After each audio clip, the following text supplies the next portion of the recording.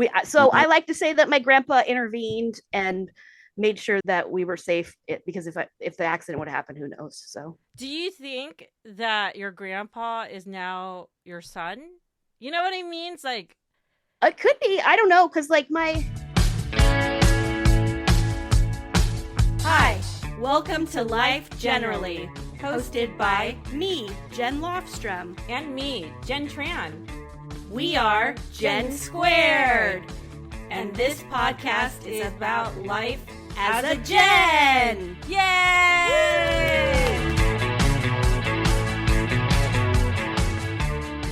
Hey Jen, how's it going?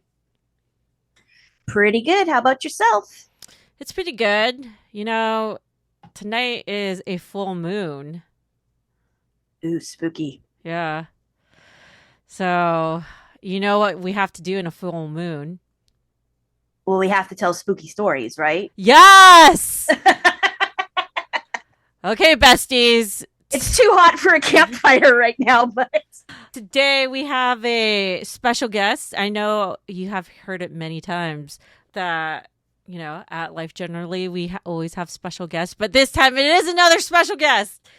I have my old first podcast co-host on What's Up UX. For those fans who remember What's Up UX, besties, we have Ross Amador. Welcome. Oh, thank you, Jen. It's great to be with you both. Yeah. thank you. So, besties, for the new besties, or maybe even the old besties, Ross and I also used to work together. And that's how we met in a previous company. And then we started a podcast together. And we did one season of What's Up UX, which was us talking about UX. And then we didn't do a second season because I didn't really get my act together, or I just went to school to get my MBA and couldn't carve out time. No, And you can't. look at you now. It's a lot. Yeah. Look at me now. Look at you now. Unemployed with an MBA. Oh, wah, wah, I know, wah. right? Oh, man. Like, Well, who could have known? If Yeah, you exactly. had known, Who you knows? could have known. Exactly. Ugh. Yeah. I should have done quantum computing. Who knows? I don't know. You couldn't have known what was going to happen in the world 2, 3, 4 years in the future. No, I I know. mean, when I started my MBA, it was 2019, so it was even before the pandemic. So it was a whole different ball game back then. It really was. I know. Oh, man. Talk about old memories under the full moon tonight. I feel like I should go, wow, I but that's know. a horrible wolf. More like a dying coyote, I know. I guess. Oh!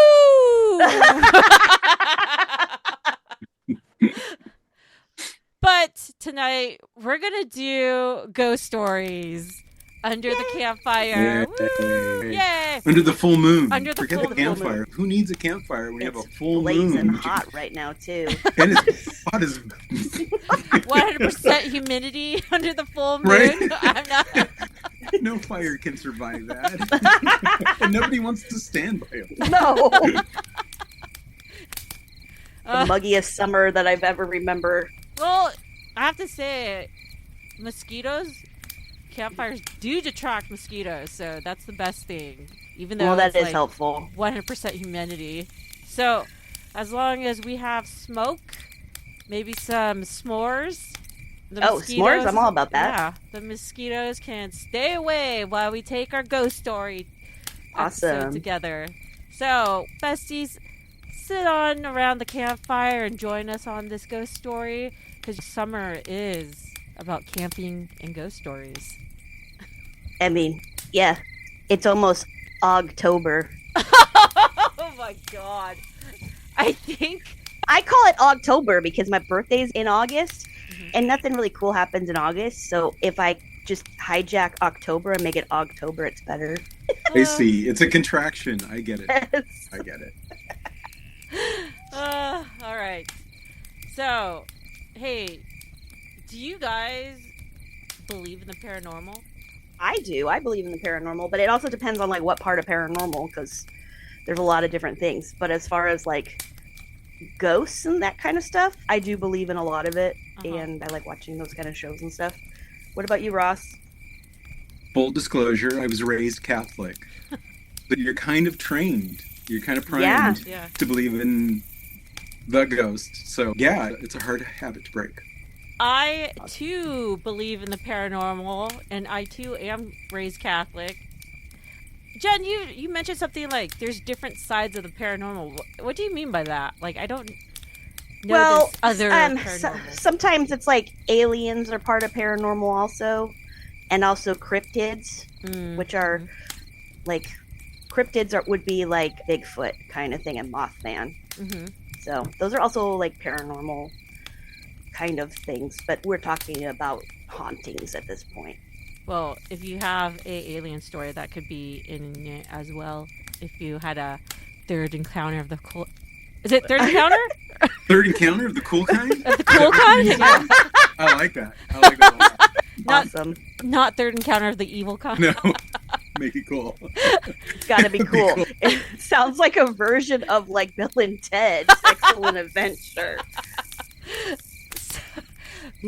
I did not think aliens would count as paranormal. I find it like more of like possibilities of science, because in a sense, like, even though we don't have a lot of studies about space and life, like the possibility of life outside of Earth is very high. So we have science to back that up. That's because we haven't encountered, or maybe we have encountered aliens and they just were like, no, these people are too primitive and they're waiting.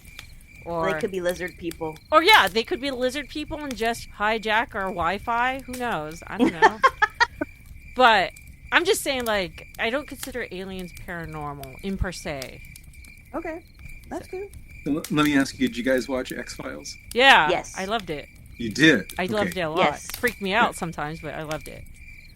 I haven't seen every season or every episode. By any Shame! means, but the few episodes I have seen were kind of disturbing. Yeah. Which one Yeah, did you they kinda- watch? Freak your freak, Oh. man. Well, Was it the Exorcist was- one? Shit, that one scared No, the it was- shit out of me for like months. it was really gnarly, actually. It was two sons are keeping the mom kind of captive in a like a old abandoned messed up house. Yeah. And it was bad. It was gnarly. Oh my Like trigger warning. It was not great. That doesn't sound good. That kind of No. sounds like one of those horror, like a horror movie that they did in the 80s or 70s or Yeah. something. Yeah. But at the same time, you know, like X-Files in general, like, man, people of today, like content creators, not content creators, but people, showrunners and stuff, borrow a lot from, besides the X-Files, but the Twilight Zone and stuff like that. And I'm just like, I don't know. The Outer Limits. Oh my god, that show, Outer Limits. Oh, I love that show so much. Samesies. But it kind of like shaped today's society in a sense of like, That's the stuff that I grew up on. That's the reason why I like spooky stuff. It's the reason why I like paranormal things, is because of Twilight Zone, Outer Limits, X-Files. Also, what is it, that one? Oh gosh. What is it? Mysteries Unexplained? What is it? oh my gosh, Unsolved Mysteries! Unsolved. Oh my god! Talk about the beginning of true crime. Or was it Cops was like kind of true crime? Oh, I would say it's reality cop show. Gave me such nightmares sometimes. Yeah, that one, always the husband did it or the boyfriend did it. Unsolved like you, it's like kind of hinting out, it's like, the boyfriend did it, you know? I love that that's a trope now. I know it is. It's totally a trope in shows. Did either of you watch Pluribus? Yes, I did. On Apple? Okay. So you know that is I guess the core theme of it is kind of based on an Outer Limits, a Twilight Zone episode. Really? Oh, okay. I love the premise, but like pushes, You know, like, even though it's like sci-fi and whatever, but it like does push the limits of like your humanity, the question of that, and which is what Twilight Zone was all about. It was to using those yourself, kind of things yeah. for the society without pointing fingers directly. Maybe this is why the aliens don't come down. Maybe they're all just thinking like, man, these people are shitty. Maybe they're here already, Gen 1. Huh? If they're already here, they don't want to. Then why not show yourself? You know, like. What if there are besties? You don't want to get rid of any of our listeners. Hey, so besties, we if love you're aliens, aliens. you guys are cool with me, okay? You are cool on life generally, and we are cool with you. And come on, come on the show too. Like, please. We want to know about you, your culture, the whole spiel. I would love that. I think everybody would love that too. We support you. Have you guys had an encounter with the paranormal? Any shape or form. But if you had an alien encounter, please share it as well. No, I can't say I have. An alien no encounter alien. or no. a paranormal encounter? An alien. Okay. An alien. I don't think I've ever seen a UFO. I think I have. thought they did. I thought yeah, they did, too. but it was the Northridge earthquake. So what happened was, like, everything blew, all the electric transformers, so the sky was green, and then my mini blinds were like going back and forth, so it looked like green flashing lights in my room. And the whole house is moving, and my mom is like, get in the doorway, and I'm like, it's a UFO, and she's like, it's an earthquake, stupid. That's like closest to an alien. But yeah, I've had ghost encounters, a couple of them, and you know, like just like everybody else, all the normal people out there, you know, just okay, like an episode of Scooby-Doo, basically. Which... The mystery bus is coming. the mystery machine. Mystery machine. Girl, that was my number one cartoon as a kid. Also explains a lot. Ross, have you? Yes, I can check that box for ghosts. Okay, cool. I think I had an alien encounter. Like, and maybe it was because I was like a kid, so I was like 6 or something.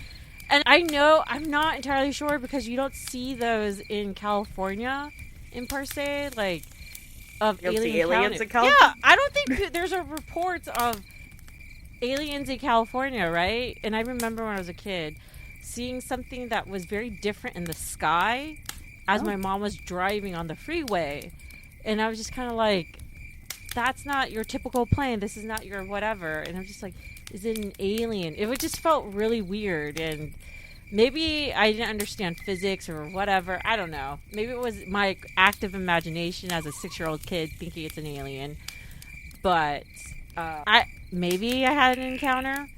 But definitely paranormal. Yes, I have multiple encounters of the paranormal stories. Well, I have lots of stories about that. Well, I wouldn't say I have lots of stories. I was like, are you like a living, are you afraid of the dark? Is that what you are? Just our almanac of ghost stories? Oh man, if I was, I think this podcast would be something else. It would not be Life Generally. It would be Jen and ghost stories. So who wants to share first with their real life stories, their paranormal stories? Janelle, why don't you take the lead? Okay. Well, I have 2. Okay. They're short. Well, one of them shorter. The first one is when I was a kid. We lived at my parents' house out in Santa Clarita, and I kept waking up to a dog on my bed, but we didn't have a dog. Are you sure? So, yes. So there, it was also see-through. It was like, and it was a German Shepherd, and I like freaked myself out, and I like ran out to the room and tell my mom, like, there's a dog in my room, and I think it's a ghost. And my mom was like, no, that's probably just your dad's dog from his childhood just coming to say hi. And I said, okay, cool. I found out later that my dad never had a German Shepherd, so it was not Clancy the poodle. But to circle back, I told my friends, and this is like, I was like, I don't know, 8 or something. I told my friends that there was a ghost dog in my room. So automatically, I became the coolest kid on the block. And so they spent the night. And then they woke me up, and there was glowing paw prints from my bed to the toilet. To the toilet. Because it was drinking water out of the toilet. No! So, yes. For reals. This really happened. I can't believe I'm gonna go because I cannot top that. So, it's been great. Thanks for having me. Peace out. That's amazing. Yeah, it was pretty cool as far as a ghost story goes, because it was like, it's still scary, but not like you weren't in danger. Yeah, it's a Disney ghost story. It was basically like, I think that when you watch like some of the paranormal shows and stuff like that, it's basically probably something that was like re-happening or something, like in a loop or something. But yeah, I'm glad it showed up when I had my friends over, else they'd think I was a liar. But they would be like, this girl is crazy. They're like, who has a ghost dog, weirdo? I did. So so I had that. And then I had another experience that I don't know if it was a ghost or if it was more like, I don't know, your angels or whatever. Your guardian angels. Yeah, because I was trying to get pregnant for a long time, for 4 years with my son. And what happened was, I was driving one day, and I was driving in Tustin Marketplace over by Irvine, and I was coming out of my apartment that went straight in, and it would go straight into like where our fitness is, the light would. But it was a green light, and I was going to go, and because it was green, and then I heard someone loudly say, "Stop!" And so I slammed on my brakes, but there was no one. It sounded like a familiar man and I was like, well, that was weird. And right then, a girl from the high school driving a bug flew through the intersection and stopped in front of me. Oh my gosh! And I was just like, what the heck just happened? And then that next week, I found out that I was pregnant, and the due date was my grandpa's birthday. So, I like to say that my grandpa intervened and made sure that we were safe, because if the accident would happen, who knows? So, do you think that your grandpa is now your son? You know what I mean? It's like, it could be. I don't know, because like it was a familiar voice, but it didn't sound like the grandpa that I grew up with. My dad's dad passed away before I was born. So I think that would be who it is. I definitely think my son is a old soul. He's just like, he just asks random questions about really random deep things and stuff. Yeah, and he has very empathetic. So he could be my grandpa reincarnated. Yeah. That would be cool. Oh my gosh, that is such. Oh my gosh, that's like a great story. I love that. Yeah. You have like Disney paranormal stories. That's what you have. Mine are not scary. Mine were very good. Like, mine was a dog, and mine was like a protection thing. So yeah, nothing spooky. But I do have one that I'll share later if we go over any other stories. But yeah, those are the two that like I usually tell people when they ask for ghost stories. So. I love it. Ross, do you have anything to share before I go with mine? Those are really good. Those are really. I know. Who's gonna outdo a good ghost story? Who's gonna outdo those? Like, who doesn't love a dog story? I know. Dogs are the best, even when they're ghosts. Oh my god! I'm still waiting for my other two dogs who passed to visit me, and they're like, nah. This bitch is doing great. She's a traitor. She has her new dog. All right. Well, I will share my stories with you. Okay. What's interesting is this all happened around 2002. So I had to rack my brain. I had to really think about it, because it's been long enough where I'm starting to forget bits of it. Okay. Which kind of bums me out that, it hasn't been that long.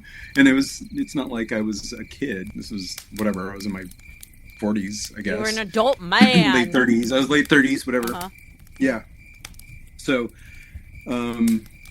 anyways, so what happened around that time, this is early 2000s, is I got married and moved into a house in Alhambra. And it's kind of this little Spanish-style house. And so it was like instant family, moved into a house, starting out. And I guess I'll get into the layout of the house a little bit, because it'll come up later. This is just, this is a 4-part story. It kind of build. Okay. It's legit. But I'm That's what I'm hearing. I'm going to go as fast as possible. It's all good. We welcome slow burns. Okay. I'm going to go fast, though. Little house, living room with an adjacent small dining room, and then behind that, a little hallway that leads to the 2 bedrooms. One little bedroom and then one master bedroom. And by master bedroom, I don't mean it was huge. It was actually kind of small. But in any case, so we move in, and I think my son was born in July of 2002. It's easy to remember because he played hockey as a kid. And so the way you tell time for hockey kids is he's a 02, he's an 03, he's an 04, whatever year he was born. So now if you have a kid, you would say he's a 25, he's a 26. Anyways, this is why I remember, and the only reason I remember. He had been born in July. He's just a wee baby, and he is in the master bedroom with us. And one night we settle in to bed, right? Everyone's kind of just getting ready to pass out for the night. My wife told me, look, I'm a heavy sleeper. I don't know how often I'll be getting up. It's going to be on you to get up for him. So just so you know. And she was not joking. I was the one who got up. I was the one keeping guard, listening through the wall, because eventually he would move to the other room that was right next to us. But we were connected by a wall, so I can hear him if he's fussing or something. So anyways, one night we were ready to go to bed, and I think I'm kind of just trying to wind down, and I hear steps coming down the hallway. And I think, well, that's kind of weird. It's not like slow, creepy steps. It's just somebody's walking down the hallway. Like with intention. Clearly, not fast, not slow. Just somebody's in the hallway walking. Yeah. But there is no one else in the house to do that. Oh, that's freaky. Yeah. So I think I got up, and after maybe a minute, I got up and I opened the door and looked out and saw nothing. And thought, okay, like, the house is new. I'm getting used to it. A little bit later, and I don't have a sense of if it's months or weeks. It's probably weeks. Kind of the same situation. We're all in bed. The crib is still with us because my son's really little. Eventually, like I say, he will move to the other room. But he's still with us at this point, and I hear the steps coming up the hallway, down the hallway, up the hallway. And I thought, oh shit, there's someone in the house. Yeah. Okay, and I kind of got up. Did your wife hear it? No, because she was a hard sleeper. She's out. Yeah. She's out. I get up. I kind of stake my little spot next to the door, try to be really quiet, and then choose my moment to jump out and see nothing. That's almost creepier. Yeah. So after that, I think it was a little while, my son ended up moving to the other room, and I started to sleep with a golf club.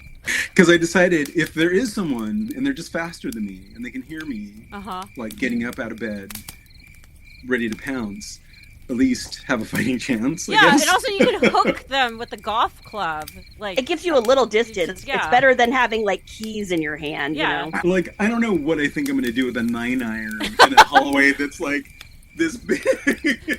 holes in the wall.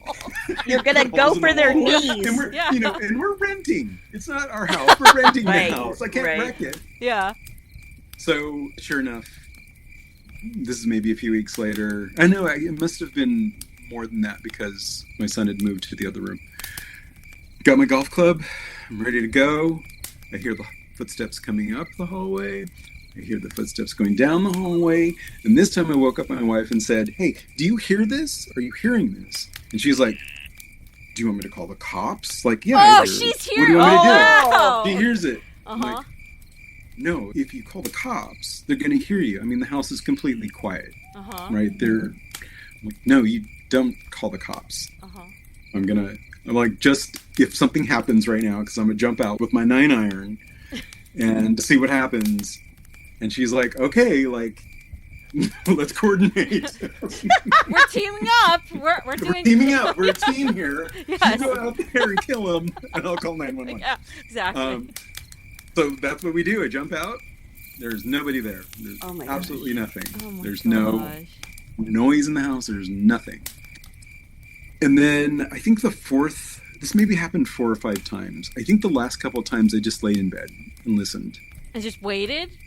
I just waited. Because I figured if I call 911 and they come here and there's nothing here, they're going to laugh at you. What if then it's you a become the frogger? crazy guy, you know? Exactly. Then it's like, don't go to that guy's house because he's crazy. Mm-hmm. He has mental health issues.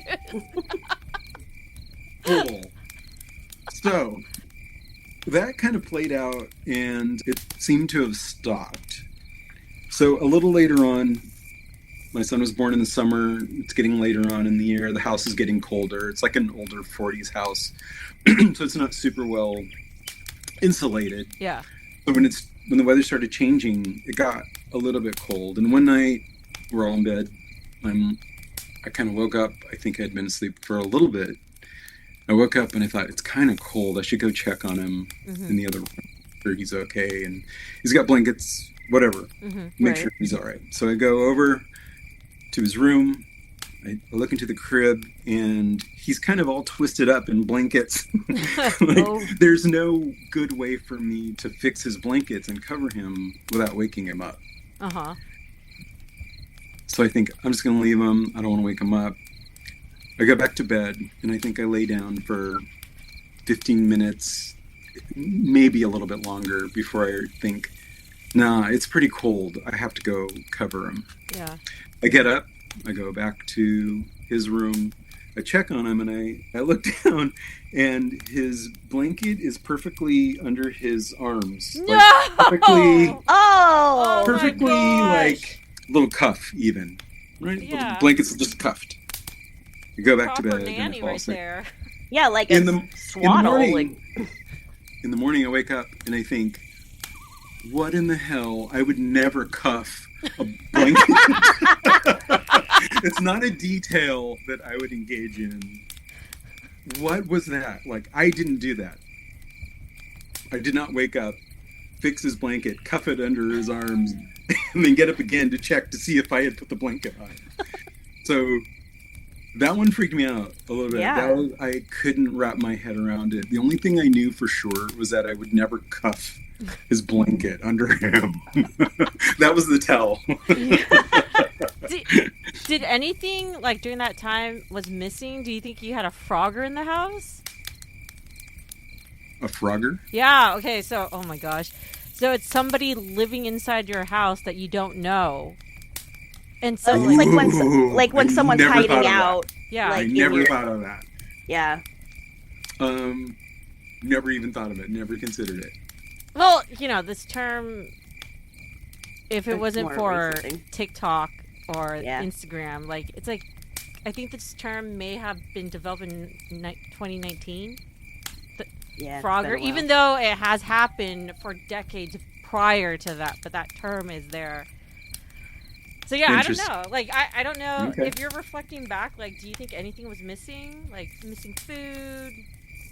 Well, let me tell you the rest of the story, and we can consider. Because at this point, I'm like, well, it's a very sweet spirit. Yeah, I know. You have Mary Poppins, man. Yes.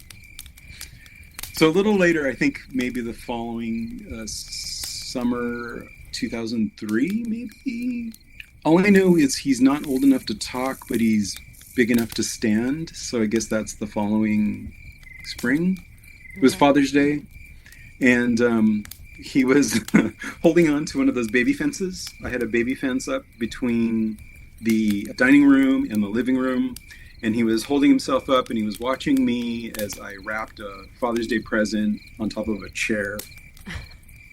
So it's like I wish I could draw a map for you. He's in the living room. He's looking up at me. I'm in the dining room. I'm wrapping a present facing him. But behind me in the dining room is a little like a chandelier. It's not a fancy chandelier. It's just a hanging lighting fixture. And I'm rapping, and I'm talking to him and rapping, and he finally stops, and he looks up, and I can see he's looking past me. He's looking over my shoulder at the ceiling. And I look back, and I see the chandelier swinging like crazy, back and forth and back and forth. Not like the wind had somehow suddenly pushed it, like someone had slapped it. Like a tetherball. Like, oh my gosh. Yeah. And that's when my brain said, oh, I think there's something going on here. This isn't normal. This seems not normal. I called out to my wife, who was down the hall in the master bedroom getting ready to go, and asked her, hey, did you come out here and, I don't know, like push the chandelier? And she says, what? I was like, were you just out here? And she says, no, I'm getting ready. Like, shut up. And I shut up, and so I think, there's something going on here. So the final, so there were other little things, my wife interestingly said, look, I always thought there was something there, but nothing ever happened to me. So, That vibe, though. Yeah. She might be like a strong person. Like her aura doesn't, she has probably a very strong aura that these ghosts are like, do not fuck with this lady. She's going to just destroy you. That checks out. Yeah. I should mention this is my first wife. So finally, a little bit later, maybe later that year, I was sitting in the living room on the couch. I think just watching TV. I think I had my son on the couch, passed out. And I'm looking from the living room through the dining room into the kitchen, because there's open doorways all the way through. And at the far side of my side in the kitchen is our stove, and next to it, like a plastic trash can with one of those hanging tops, the swivel tops. And I just kind of notice out of the corner of my eye that something's moving. And I look over to see the top of the trash can is just swinging. That's weird. And I said out loud, hey, that's not funny. And that was the last thing that ever happened in the house. Did you move down after? Or you guys stayed there for No, we were still there for a while.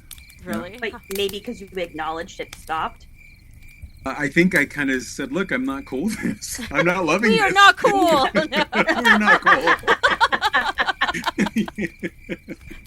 It's like the Simpsons episode of the Poltergeist when, how, Lisa confronts the ghost, and he's like, I need to think about that. I'll have cohabitating to I don't want to be here, and then he just hightails it out. The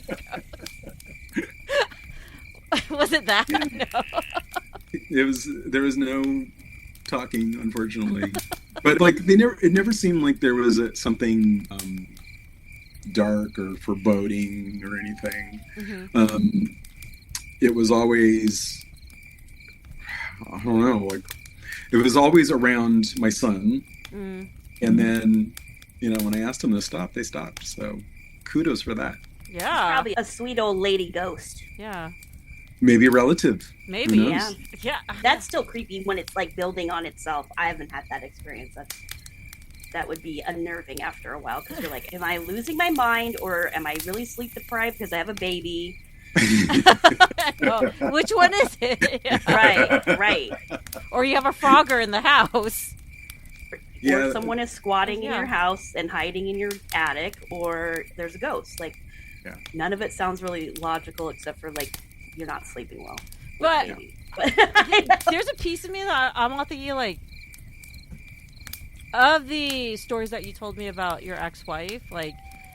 I think it's a ghost over a frogger, because I think she would notice things if things were missing or something. I think she would come after you immediately. Hey, where is this? And just what's going on? Yeah, what's going on? And you would be like, what the fuck are you talking about? Yeah. She's very observant. So. Yeah. So I don't think it would be a frogger, even though I was like, I think it was a frogger. But yeah, I'm convinced it's a ghost. Vote for Ghost. Yes. Yeah. It's the Mary Poppins ghost. Yeah. But did you know, like, did the owners of the house tell you anything about the background of the house? Maybe like, hey, there was a double homicide or anything, or you guys are just like, we just need a house. Nobody's going to disclose this. So it's so funny. We rented from a ginger Scotsman who built ships. And yes. Very specific. It was like, you're a Simpsons character. Like, right. What in the... and I asked him, did anything ever happen in this house? Did anyone ever die in his house? And he was like, no. What are you talking about? Why would you ask about something like that? As he's eating his chip really nervously. No. It's weird, like, you're a Scottish shipbuilder. You probably have some ghost stories of your own. Like, It's not that weird that I would ask, I don't think. It's a common question. Right? It's a common question. Anybody ever die in the house? Yeah. If I were buying it, you'd have to reveal. Exactly. But they only reveal the last 10 years if, like, you know, let's say if the house was only like 40 years old, they won't tell you. It just your realtor might mention something, but the report is the last 10 years. So I didn't know that. Yeah. Okay. I didn't know that either. So, you know, besties, if you need to pull a report, make your realtor get the real download of the house. They may get that information disclosed for you. Yeah. Oh, well, that's a great story. I love it. No, thank you. Yeah, I liked it too. Even though I felt like it was like a Mary Poppins ghost. It's still, but it's unnerving as a parent, though, to know that, like, you know what I mean? Yeah, someone messed with your baby. Well, would it be a poltergeist? But it wouldn't be a poltergeist because it has to have malice intent. Right. Yeah. Okay. Yeah, it's something more like much nicer. Yeah. Okay, so I have a ghost story, and man, okay, I'm just gonna go in because just do it. Yeah. Set it up. So I think I was around like 12. So in around seventh grade, I had a group of friends at church, and we were a part of this like Vietnamese church group that was kind of like Boy Scouts, Girl Scouts combined together. It's in Vietnamese, we call it Tiuni Tente. And the church that I went to was in Tustin. And there was, we were a very small group, not like 50 people for our congregations of this group. If we went to go look at other groups, like in Orange County, there are bigger groups, but we just happen to be that. Anyways, so there's a group of friends of mine, like four of us, including me. We wanted to ditch the meeting times because, like, all we do is always, like, Morse code, you know, tons of Morse code and, you know, Bible study. And we're just like, oh, let's ditch. Let's go to the liquor store. But then the other friends didn't want to do the. Is that what happens at church? You just ditch and go to a liquor store? Exactly. You got to go to the liquor store. She did say Catholic. Yeah. So, it checks out, right? But the other friends were like, nah. And then one of the friends, this girl, she suggested, hey, do you want to go play Ouija board? Because she just started playing the Ouija board. But she didn't have a Ouija board with her. It wasn't like, pocket Ouija board. Here we go. And so she's like, you know, you can make a Ouija board out of paper. So we can do it together out of paper. Oh, boy, no. Hell no. You already know what's going on. I've seen too many of these stories, especially the ones with the homemade Ouija boards. Oh, man. And besties, you are a preteen. You already know the stories, just like Jen mentioned about, you know, Ouija board stories. So we were aware about it, but we're going to do what preteen kids, girls, inks, we're going to do what we're going to do. Play the Ouija board at the church bathroom. At the church. Yes. At the church bathroom. Another layer. At the women's section of the bathroom. I'm impressed. I'm really impressed right now. So we just hide out and play the Ouija, like this makeshift Ouija board, right?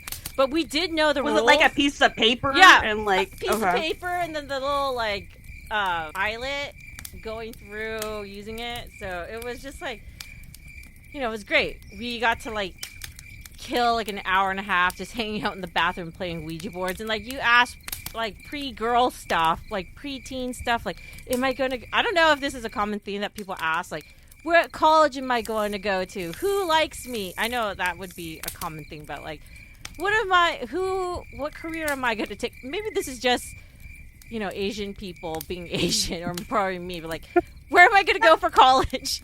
We didn't ask college, but we would say like, what's the first letter of my future husband? Or shit. Yeah, I remember asking that, but like, I asked like questions about like college.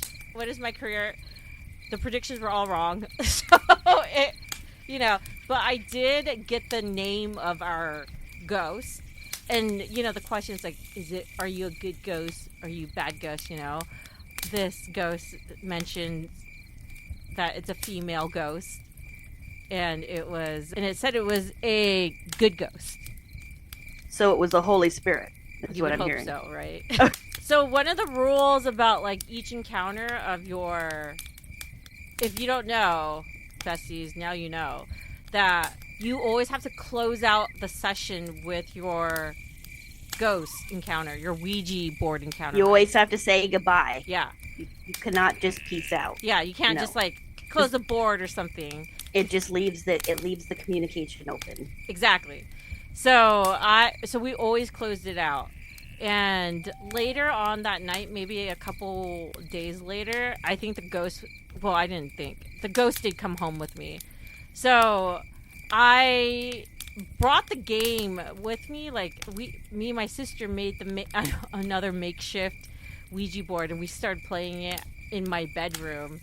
So we kind of welcomed the same ghost to come over to my house, and we played the Ouija board, and you know, same spiel of like teenage angst, questions, boys, whatever, and then finally like we closed it out. A couple days later, after when we played, then I started hearing footsteps in my room, like on the foot of my bed, right? And well, you actually invited it into your house. I know. Crazy. Exactly. Oh. I didn't. Okay, that part I did not know that it would be that way. And also, it's like the weirdest thing. So I'm hearing not footprints, but footsteps on the edge of my bed. Also, like, you know, when you have like plastic bags in your room, so you can hear the crackling of it. It's like, yeah, the wrestling sound of it. Yeah, it was like breaking down or like, you know, trying to open. I don't know. It was just making noise. I'm not like in the daytime it's silent, but for some reason at night it was crackling while I'm trying to sleep. So I do get up. I see nothing, right? And it's like also I have a alarm clock that like, you know, would show the lighting in the room.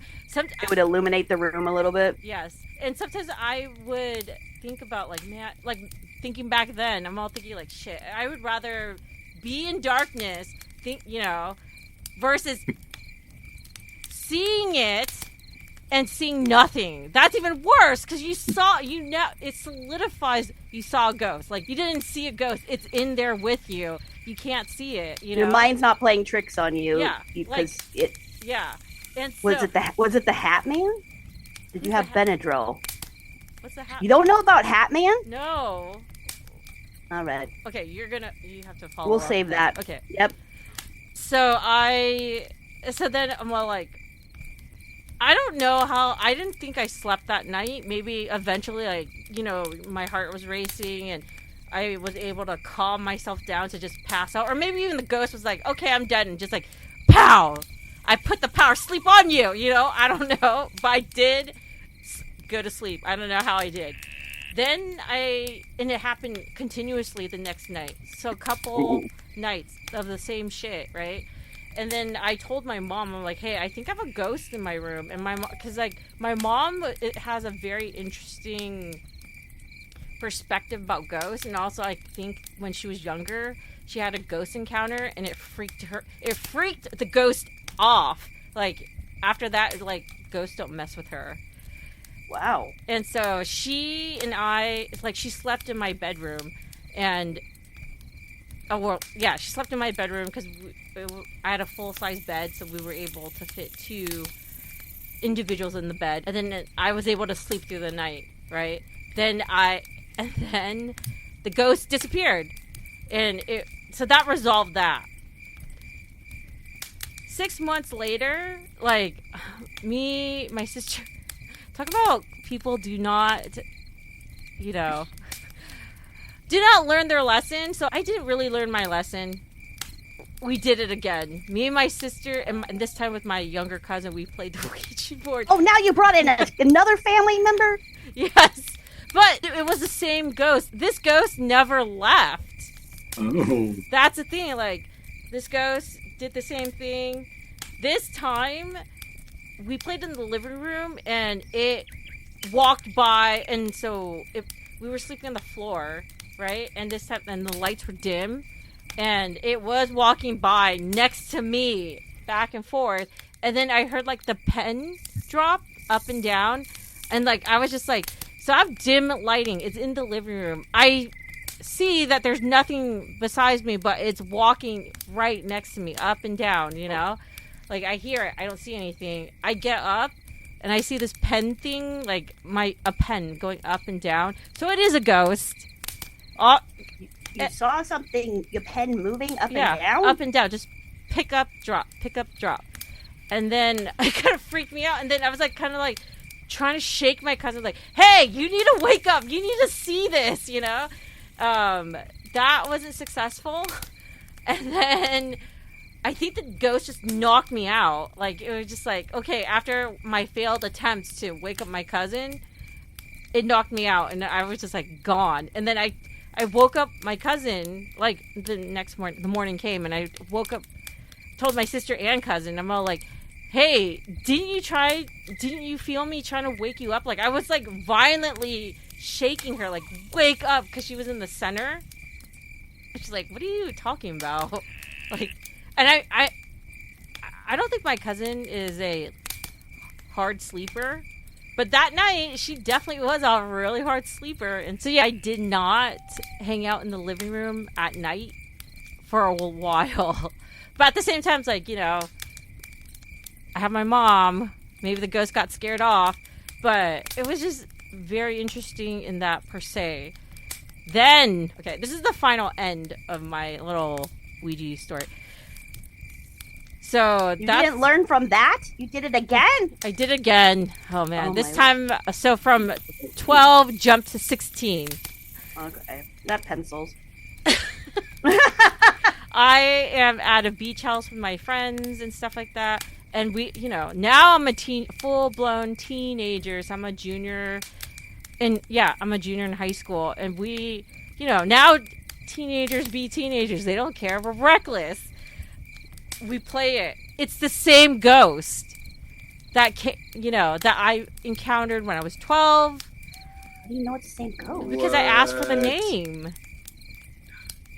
And this kind of solidified, like, throughout my whole life. This same ghost will always follow me, which, there's no malice intent of this particular ghost. So it wasn't like...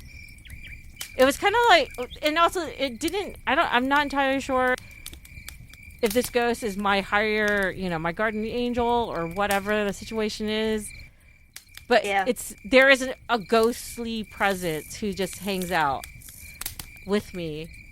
And at least it's not like something freaky. Yeah, it wasn't like some demon just like sucking the life out of me or doing malice things or, I don't know. But I kind of just got used to, in a sense, like, if I hear walking in the hallway in my house, I'm not going to freak out. Even though I am freaking out, but I'm not really going to freak out in the sense of like... It doesn't faze you at this point. It doesn't faze me, but But yeah, so so that is my I can't believe you saw a pin moving up and down. Yeah. That is crazy town. So I know ghosts are real. Particularly when you're just like kind of like you did it twice. One time when you're a preteen, this time you're a teenager, and you're just like, oh no, this is You're real. asking for it at this point. Exactly. Well, the Hat Man that I was alluding to, it's like an urban myth. Uh-huh. And there's like, if you go to Reddit, they have urban myths, little section there. But basically, it's a phenomenon where people say that they wake up and there's a shadowy figure in their room standing there, and it's wearing a hat. Are you serious? Isn't that like from New Orleans? That one guy, he does wear the hat. He also like, I forgot the character in the Princess Frog or something, that Disney movie. Yeah, that character, right? Dr. Fusilli. Yeah. Yes, Yeah. Dr. Fusilli. It's like that. It could be like that. I've also heard like the hat's more of like a top hat, but Does he wear a top hat? I think he does. Mm-hmm. Yeah. And then, but there is a correlation between some people taking Benadryl before they go to bed, and then having like basically this encounter. So that's like, is it putting you in a deeper sleep and you're actually seeing the phenomenon, or are you hallucinating because you took Benadryl? A lot of speculations on both sides. I don't know, but it's a hot topic right now, so that's why I asked if it was a Hat Man. But they didn't have a hat on, so. And my ghost is a female ghost. Right. Like the ghost itself said it was female. Who knows? It may be transgender. I don't know. You know, like it's that's okay. Energy is energy. Exactly. Whatever. I don't know, because I feel like, to me, like I always felt like a masculine energy has always followed me my majority of my life, but maybe it is like this combination of like, I don't know. Maybe it's like when Alanis Morissette played God in Dogma. Yes. Because remember, God could take on any form yeah. when they came on Earth, so they just became Alanis Morissette, obviously. I love that. That'd be pretty cool. Yeah. Did you end up doing any more Ouijas after this? I have to know. No. But okay. I do know that Ouija boards are it's better off to do your makeshift Ouija boards, and you can't burn a board because it will come back to you.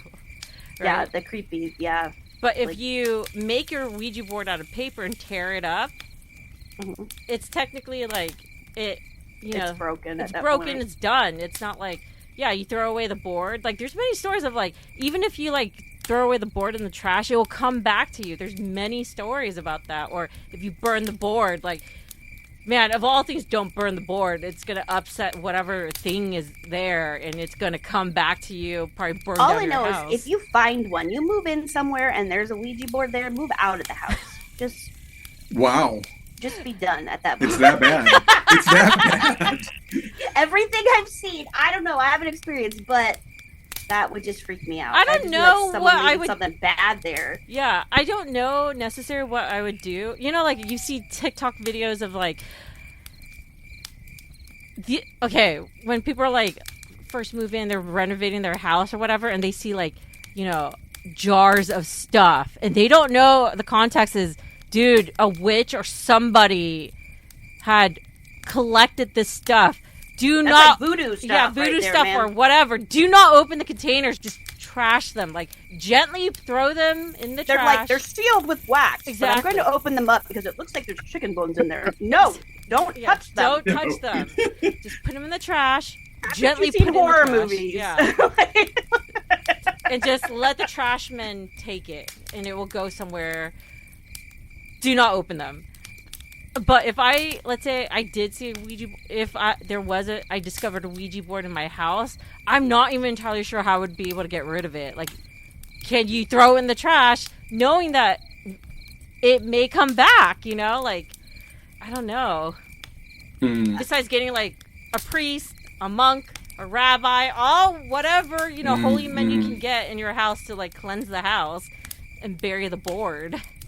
I feel like most of the time you should just get someone who's like First Nation because they are like so spiritual if you can get someone that's from the land, that like originally their history's from the land, that feels like the best thing to be. I feel like some of the other, but I don't know. I'm not a pro, so. I don't know too. And also there's a piece of me that was out the icky. Do you remember that show, when it was a Jackie Chan animated series? It was about magic and kung fu.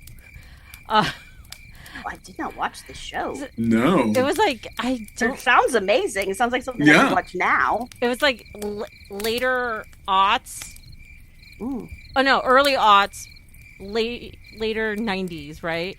And it's like it was the time when he was in the Christopher Tucker movies when they were detectives together. Mm-hmm. Oh, and those like the ride-along movies. Yeah, the buddy cop movie. Yeah. Mm-hmm. And after like 3 years later, they have this show of Asian magic and Western magic, right? And they were just focused on the Asian magic. But I remember the uncle or the grandpa who was living with them always said, you cannot mix cultures with other cultures of magic. Only if it's a Chinese ghost, you only stick to Chinese rituals. If it is an American ghost, you can only get an American whatever to get rid of that, deity or whatever. And I'm just like, okay. But at the same time, I'm like, if you get a First Nation person, but it was a Western... Yeah, then it won't work. Yeah, no. that's what I'm just like, I would love to get a first, Yeah, I think that... What is the show where it's like the psychic... She goes to a place and like tells a story about it, and then there's the police officer who actually does the research about the location. Oh man, yeah, I don't know this I have to look it up. That sounds good. It's actually a really good show. It's on Discovery. Yeah, it's on Discovery. Okay. And oh gosh, I can't even think of what the name of it is right now. But that one's super interesting because when they connect the dots, and it's like she's having a vision of something and she's talking to someone that the family that lives there has been dealing with, and then he comes back and says, yeah, there was a guy that was hit by a train like 2 blocks down, and he never made it home. Like, she's a good medium if she can do that without any research. Like, a lot of people always try to debunk real good mediums, right? Like, oh, they did research, but yeah. It's, and that's the thing, like, obviously you can say some things are, like, for reals, or, like, there's too much leeway, you can't tell for sure, but, I'll have to look up the name of it and put it in. It's not Ghost Hunters. I can't even remember right now, but it is interesting, and I do, like, speaking of the ghost shows, though, Ghost Adventures with Zach Banigans, who's, like, the bro of ghost hunters. He did an episode in Santa Clarita where I grew up, and it was interesting because he did this episode after I stayed at this historical house. So I worked my friends were at the Heritage Junction, which is like where Hart Park is, and there's a train station and all that stuff. So they take all the old houses from the area, they put them in one area. So there was a house that's called the Newhall Mansion, and that house is why Newhall is named Newhall in that area. There was a family, and there's supposed to be the wife of the Newhall family is like up on the second floor, and people see her when they drive by. They see her, she's either wearing white or lavender, and they see her like looking out the window in the middle of the night. So I got to sleep in that house because they were doing a haunted house fundraiser. And so we all did that stuff, and I scared the crap out of little kids. And then I earned it very well. But what happened was they said we could spend the night before Halloween in the house, just the teenagers that worked on it. It was just a bunch of girls who all volunteered for the haunted house, and there was an adult that stayed there too, like a docent. But we had sleeping bags set up, and we just slept in the living room space.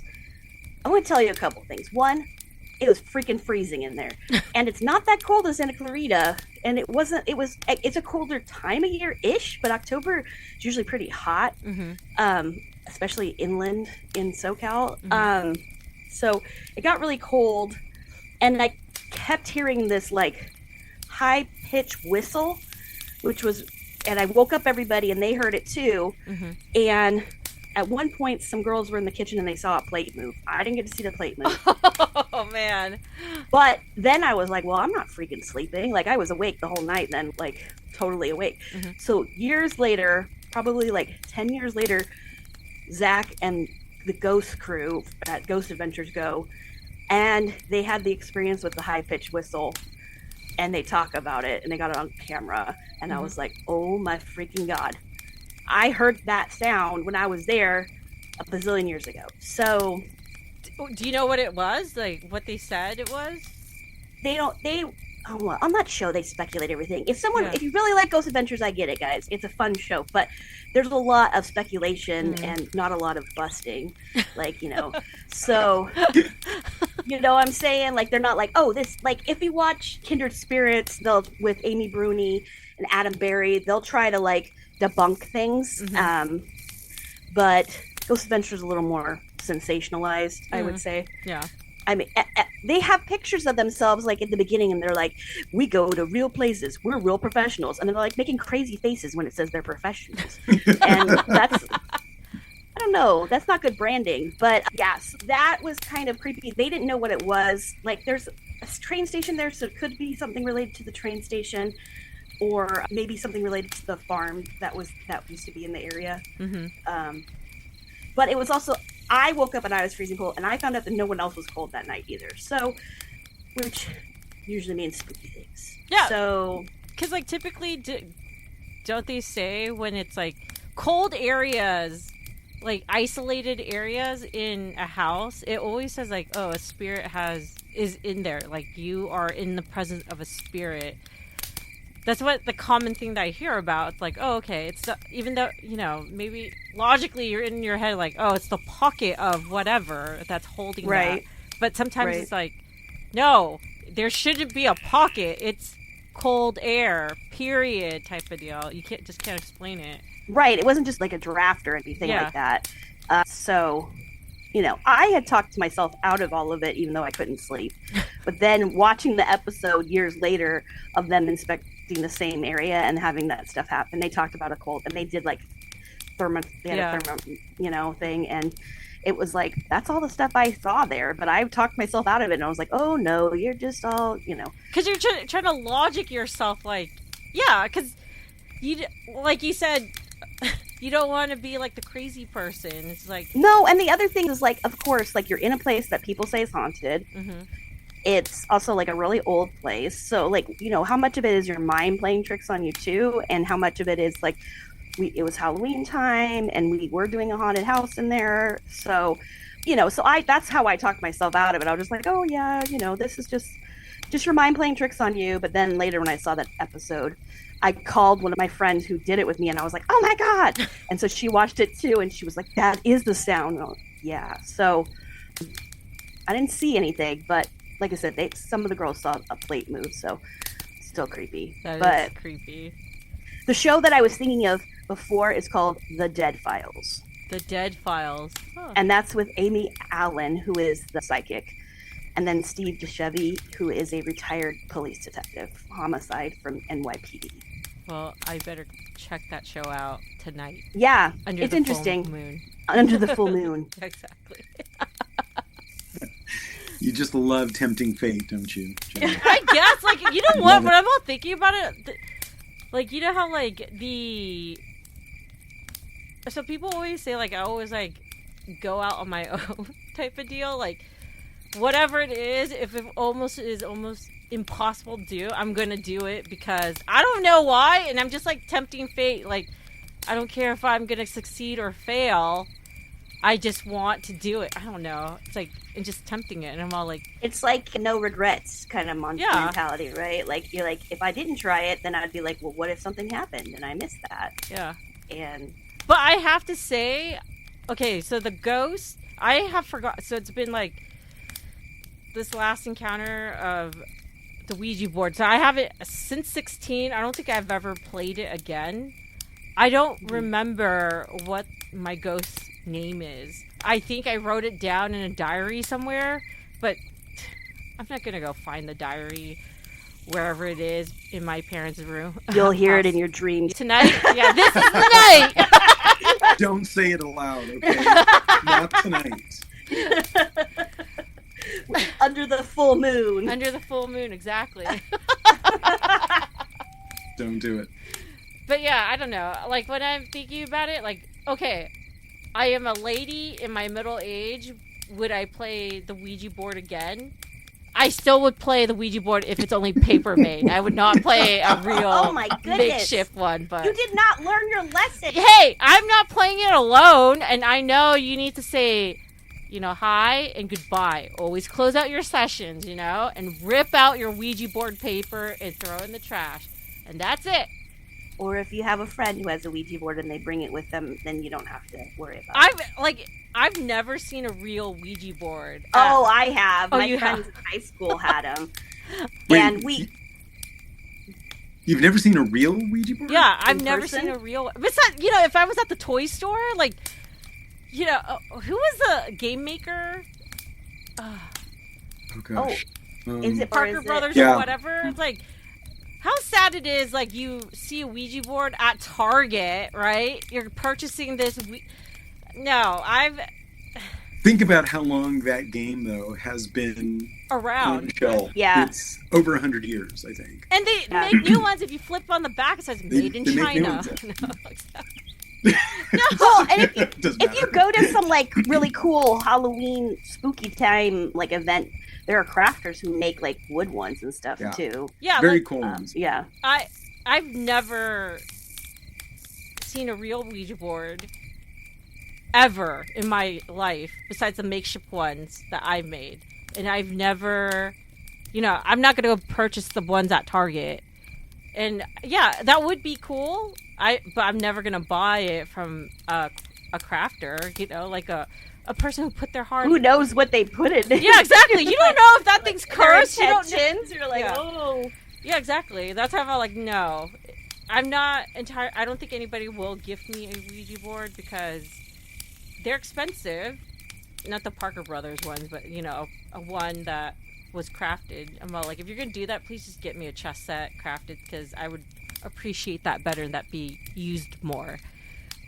Like, a Ouija board, I'm just going to leave it on the shelf in the back of my closet, unused.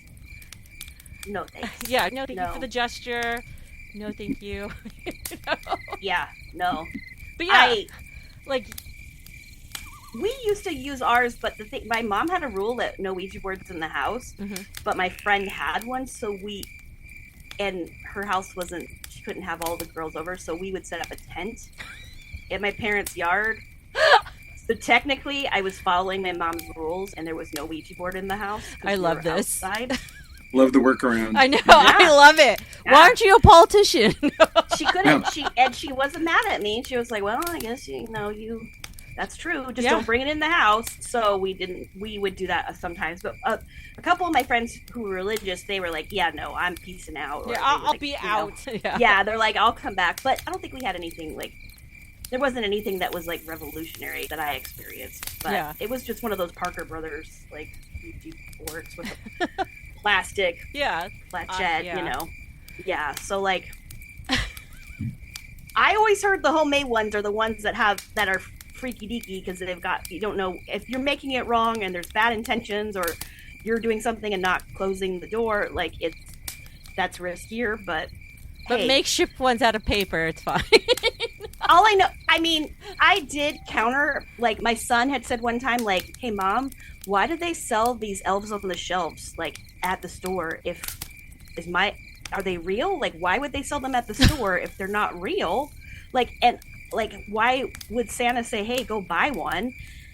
It was a hard conversation to have with like a 5-year-old where you're like, oh gosh, yeah. And I just was like, well, they also have Ouija boards at the store and like those are supposed to talk to ghosts. So I don't know, like, and that logic actually paid off. And he was like, yeah, it's true. It's kind of true. And he was like, walked away. Like, I don't know. So logical, Mom. I'm just so spitballing something. Oh, man.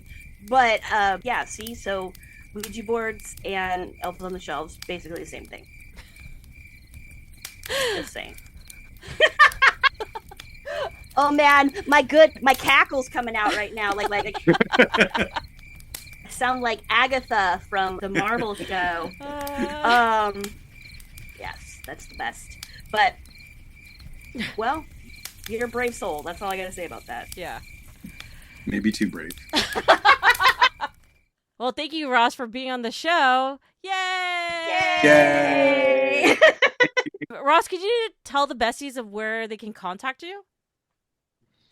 You can contact me at, I'm assuming I'm giving my email address here. Or your Instagram handle. Whatever you My Insta. You know what? I don't even know my Insta. Well, if you want to give out your email, that's fine too. My email, you know what? You can go to my website. It's my name, rossamador.com. Perfect. Yeah. And besties, you can find that on our show notes. So, Jen, how's wedding planning going? The wedding planning is going well. We are on countdown. It is coming up in the next almost 2 months. Crunch time. 3 months. Yeah, it is crunch time for sure. But right now I'm looking at hair options. I talked to my hairstylist who cuts my hair, and we're talking about, because I want to keep it short still. I don't want to grow it out just for the wedding. So I think we're going to maybe get some sort of they make these vine jewelry things that you can put in your hair, or I'll get a comb of some sort and I'll pin half of it back and, look real bougie. Nice. I can't wait to see this. I'll be I'm going to be like a fall fairy princess. So it's got to be enchanting. So yes. When you get congratulations, Janelle. Thank you. Yeah, it's pretty cool. I didn't think I'd get married again, and I thought the first one would stick. So I'm glad I got the practice one over with, and but I'm super excited. So it'll be fun, and we're still figuring out what my son's gonna wear. But right now, we've got the hair. You know what? He really wants to wear Mr. Beast wears a blazer over a sweatshirt hoodie. He's like, I just want to dress like Mr. Beast. And I was like, I like Mr. Beast, but that's going to be very hot in October, dude. So, well, let him do it, because he can do what he wants. People can wear. Well, it's going to be Halloween time, so people can wear costumes too. So he's just like, Mom, I can be whatever I want. And I was like, well, okay, yeah, you're going to be sweating, is what you're going to be. But so but yeah, that's what's happening right now. And I booked her, so. Mm-hmm. I forgot to book her. I was just like, yeah, she's gonna do my hair, and we've been talking about it, but I never was like, hey, do you want to do my hair? Yeah, that's what happens when you plan a wedding in your late 40s. So oh, by the way, yeah, we've been talking about this. Are you gonna actually do my hair for it? Yeah, hot tip there. So how is job hunting going, JT? What's us right now? Ross is unemployed as well. How is job hunting for you? Well, I've taken a 3-month hiatus and, just kind of touched grass. Oh, yeah. Wow. You have to reset. Don't get me wrong. Resetting in your job hunt. It's great for people to get back on the horse immediately, but you kind of do regret not taking that time away and recover from your previous job and process, whatever, But yeah, it is weird to think how much time you spend thinking about things you don't care about. It is such a relief to not wake up, log into a stand-up. Oh, yes. Yeah. You know what I mean? I don't miss it even a teeny tiny little bit. Yeah, you're not having to chase fires that aren't really fires. Yeah. Right. Yeah, I understand that. It really is nice. It's interesting to just see where your mind goes when it doesn't have to be directed at any particular thing, 9 o'clock stand up. Yeah. Or, yeah. But those days are over. The good times are over, and it's time to buckle down and find a goddamn job. Yeah. Before the whole thing goes tits up. And yeah. And that's why you should go to Ross's website. Yes. Hire him as a UXer as well. But what a weird time. What a weird time to be alive and be in this in-between time where AI's emerging and then receding within a matter of years. It's just kind of weird. The backlash has been crazy. And it's super interesting. I wish it was going slower so I could wrap my brain around it, but it just feels like everything's happening. It's so everything fast. everywhere Yeah. all at once. Well, and then also with like HR using them for like hiring people and stuff like that is like a tricky thing too. Like if you put in applications, Jen and I were talking about, other Jen and I were Mhm. talking about this a little bit, and I got to say, I think that is a trend that is not going to stick because I don't think anyone cares for it. No. Mhm. And from what I hear, everybody's like, they're putting in resume after resume and it's just going into a black hole. Yeah.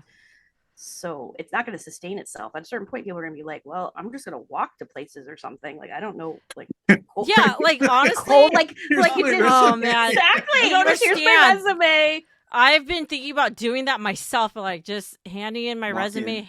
be like, hey, could you give this to your hiring manager? Because I'm just like, So in Yeah. the old days, that was a strategy where you would stalk people. Like if you picked a company that you knew you wanted to work for, Mhm. what you would do is you figure out where those people go to lunch, which is usually by the company, and you would stalk those people at lunch. Like that was one strategy.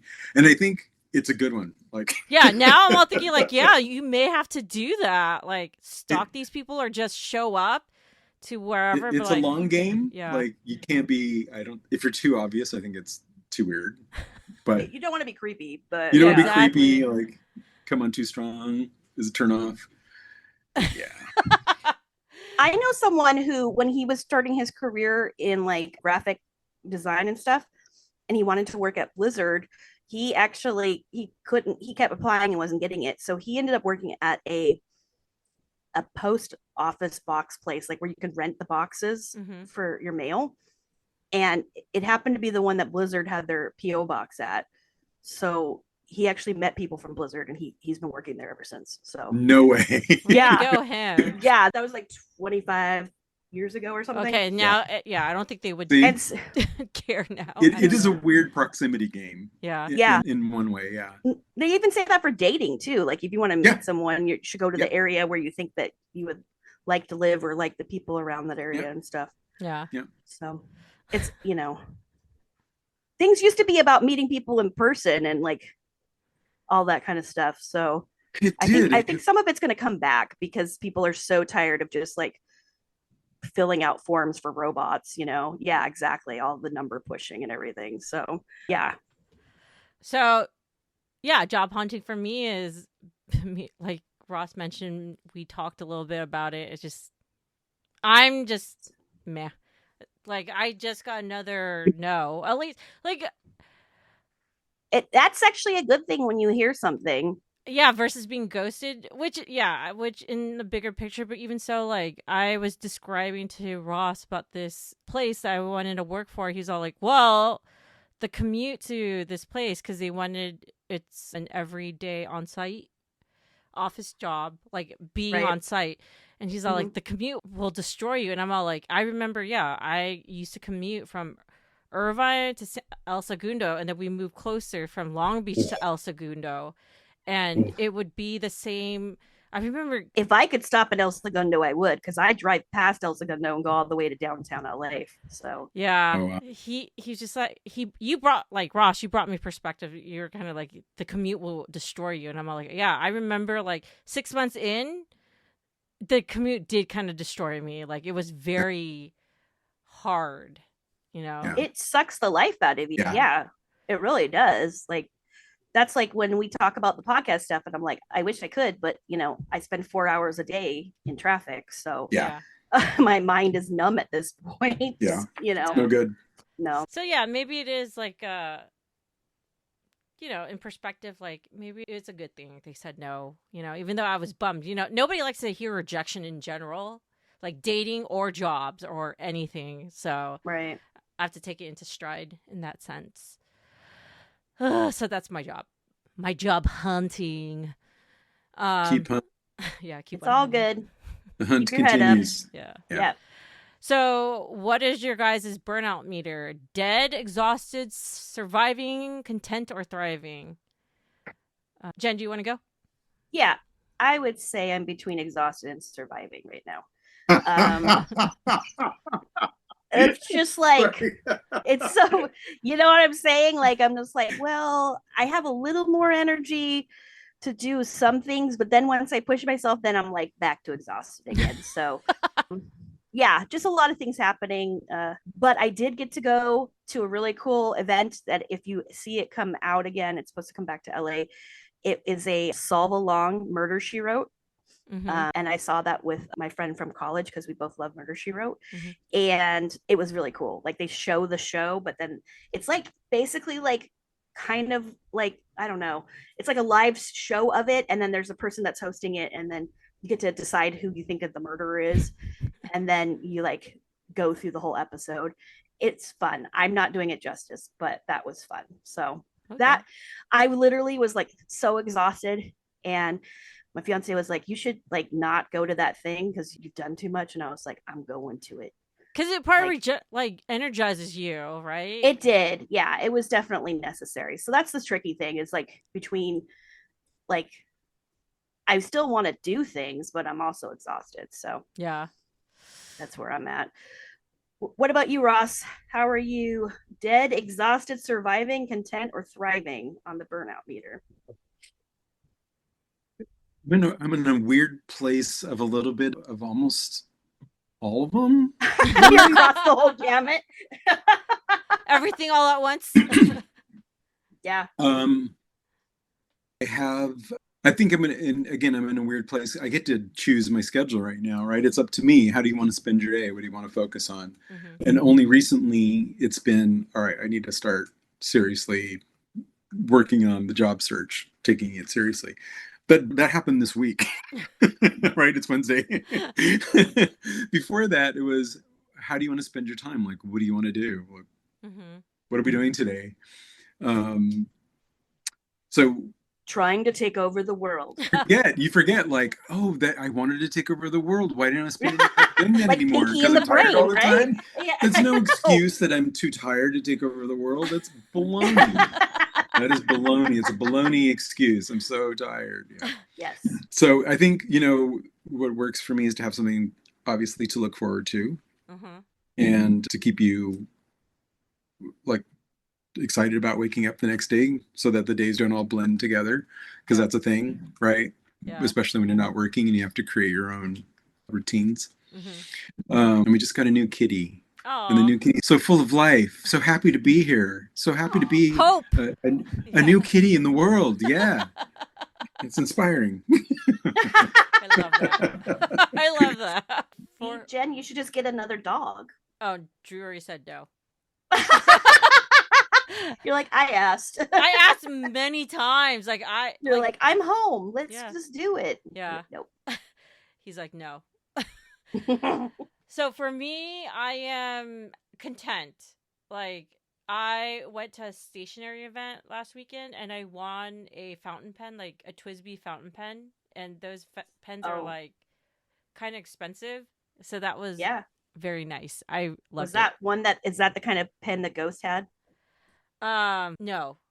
You know what the Ghost was carrying? I was so shocked. It was a Bic pen. It was the cheapy Bic pen. No, that's not even your jam at all. Exactly. If you really want to haunt me, Ghost, use a fountain pen. Maybe a Twisby. Very cool. So yeah, content. So even though,